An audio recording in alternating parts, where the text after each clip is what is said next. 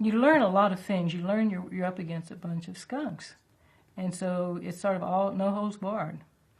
And when we started fighting 211, I remember I went into the District 15 offices here, the Highway Department. We had heard by that time this was the meanest of all Highway Department districts.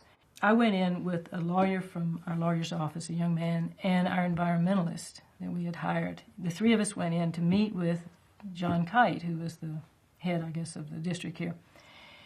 And that's who we were supposed to meet with. And he came out at first, and we sat down for a minute. We were out in the reception area, and he said it'll be ready. The room will be ready in just a minute. Anyway, he said, "Well, I know about you all. I know all about you all because you fought the 211. I mean, not 211, but the North Expressway."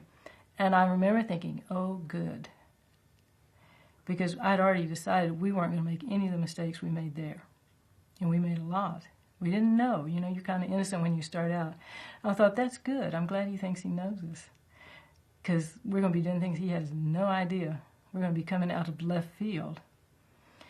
Anyway, when we walked into the room, it was a real ambush. He had probably almost 12, 15 people there. And they were all from Austin, all the head people and all the different head archaeologists, the head environmentalists, just all of them. It was a real interesting meeting. They had a map, and I don't know if you know about little pieces of masking tape. They sell little tiny rolls, and they had yellow, and it comes in color. And so they had the map of the ranch and areas and all, and they had these lines with this masking tape.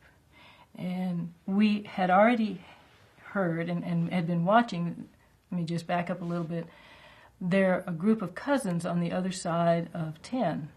And the highway department had come in and had gotten them all fighting amongst themselves. And so they love to do that. They love to come in and, stir up things, and then everybody's fighting, and then they come in and get whatever they want. So that's one of their tactics. But they'd also told them that they were going to build, they showed them the route. Here's something that goes 10 feet from the back door. And then they say, well, yes, but if you'll donate your property, we'll put it over here. And, it's just so obvious what they're doing. So here we are, and we're looking at this map, and all these little lines running, these little masking tape lines. And if you know anything about that masking tape, and I did because I was using it in my art projects, you can just pick it up and put it down, and you pick it back up and put it down somewhere else. So it didn't mean anything. But sure enough, there it was 10 feet from our back door. And they said, well, now if you'll donate the property over here, it was just the same thing again. And we just said no. And it was an interesting meeting. It went on forever.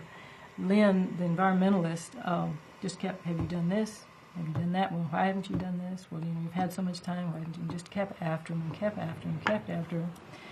And I remember the woman who was the head environmentalist, and at that point, I thought the environmentalist was supposed to protect the environment. I didn't realize what their real job was. But she spoke up. She was real irritated, finally, and said, well, you have to understand, my job is to build roads. And I thought, oh, gosh, that's their head environmentalist. It's just to, clear the deck of whatever. But they'll just do whatever.